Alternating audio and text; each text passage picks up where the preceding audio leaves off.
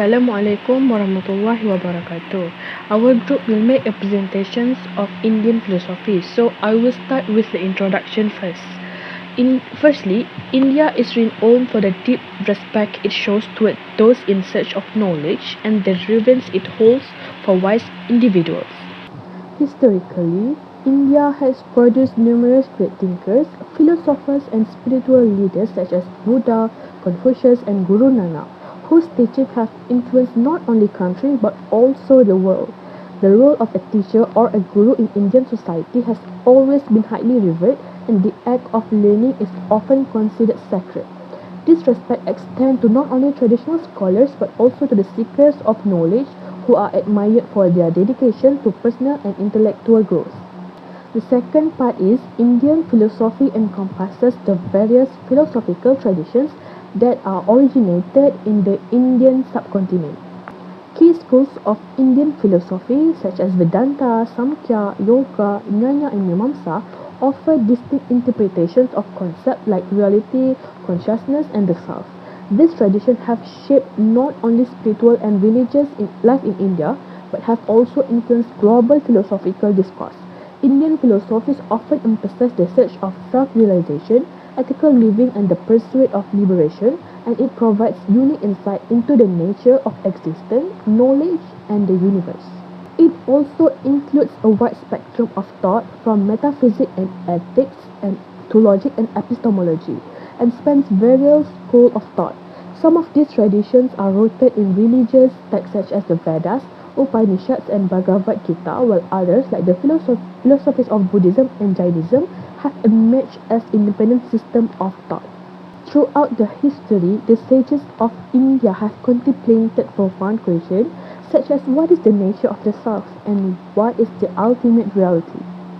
These questions raised by these sages were not merely intellectual exercise, they were aimed at understanding the true nature of human existence, suffering and liberation, or moksha.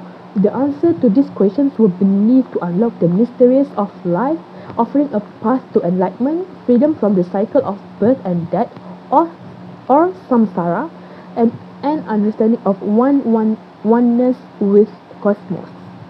And last but not least, this has focused on the challenge of reconciling the vast multiplicity and diversity of lived experience with the sage insight into the unity of all existence and the difficulty in determining how knowledge of such an ultimate reality could be attained.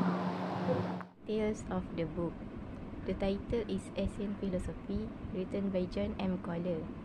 The journal name is Library of Congress Cataloging in Publication Data. Publication place is Upper Saddle River, New Jersey, USA, and published in 2002 by Pearson of Prentice Hall. It was the fourth edition under the format paperback and have 361 pages under the subject Philosophy, Asian Studies. Indian philosophy, a historical overview. Indian philosophy, rooted in ancient traditions, developed through three key sources. First, Vedas and Upanishads. The Vedas, Rig Veda, Yajur Veda, Samaveda, Atharva Veda, lay the foundation of Indian thought, exploring Brahman, ultimate reality, and Atma, individual soul.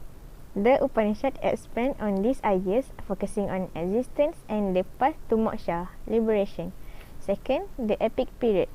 The Mahabharata and Ramayana blend ethical and spiritual teachings, highlighting dharma, moral duty. The Bhagavad Gita, part of the Mahabharata, explores themes like yoga, karma, action, and liberation through jnana, knowledge, and bhakti, devotion. Lastly, Samkhya and yoga. Samkhya emphasizes dualism between purusa, consciousness, and prakriti, material reality. Yoga offers practical techniques for self-realization and liberation. Together, these sources shape Indian philosophy, influencing spiritual practices and ethical frameworks. Vedic deities, the philosophical concepts. The Vedic tradition emphasizes rituals, sacrifices, and karmic balance, Rita, with deities representing aspects of nature and life. First, Agni, the fire god and mediator in rituals, delivering offerings to the gods. Second, Indra, chief god symbolizing strength, protection, and victory. Third, Vec, goddess of speech, highlighting the power of words in connecting humans and the divine. Fourth, Rita, cosmic order upheld by Varuna, ensuring universal harmony and moral law.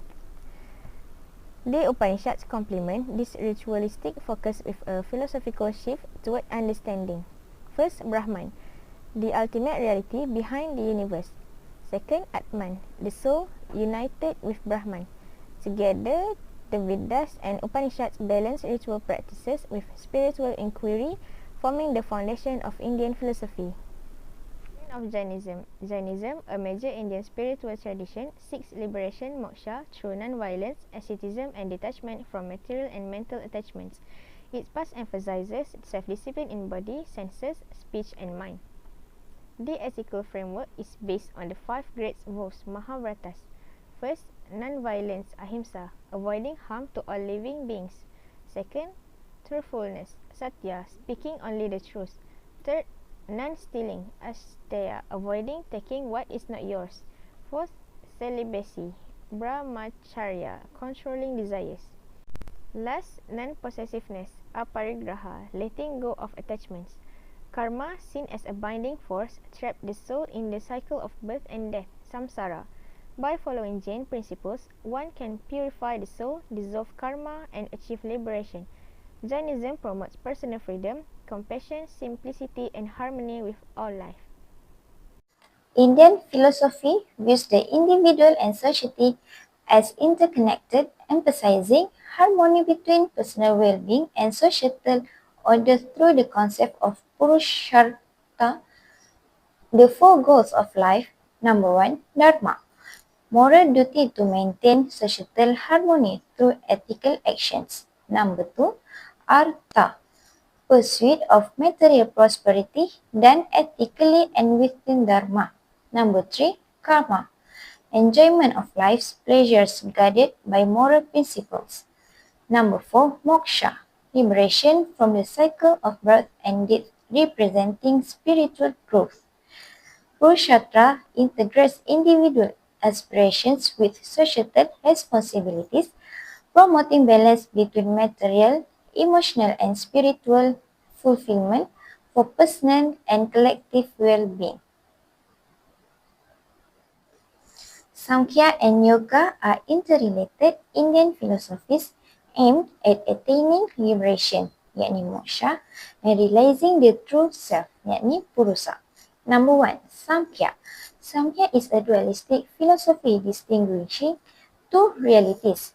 Number 1, Purusa, the pure, internal, and conscious self. Praktik, the material world composed of 3 gunas, Sattva, Rajas, and Tamas. Suffering arises when Purusa mistakenly identify with Praktik. Liberation is achieved by recognizing their separation. Number 2, Yoga as practical complement while Samkhya provides the theoretical framework.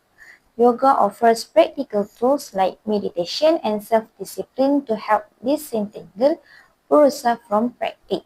Number 3, liberation through Samkhya Yoga. This combination helps individuals like overcome ignorance and attachments, transcend the influence of the gunas, realize their internal consciousness. Together, Samkhya and Yoga form a comprehensive system for understanding life and achieving liberation through philosophy and practice. My name is Rin Yasmin Hanis binti Rohaizat. My metric number is 1231963. I would like to present about the comments or opinion of this book, As in Philosophy by John M. Collins. This book offers a clear and accessible introduction to Indian philosophy. It is an excellent starting point for beginners.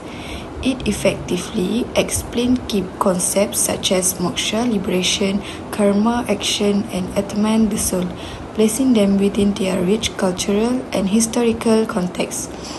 The comparison with Western philosophies are particularly thought-provoking, bridging different traditions and fostering a broader understanding of philosophical ideas.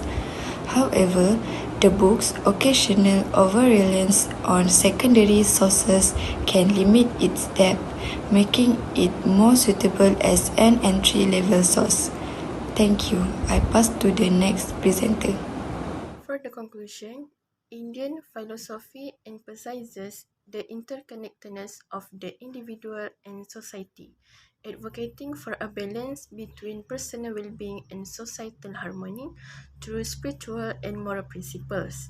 The four goals of life, known as Purusars, Dharma, Arth, Karma, and Moksha, serve as a framework for guiding human actions and aspiration. Together, these principles highlight a holistic approach to living a meaningful and fulfilling life. By integrating ethical, metaphysical, and practical dimensions, Indian philosophy encouraged the pursuit of wisdom and inner peace, fostering a holistic approach to life that connects personal growth with societal well-being.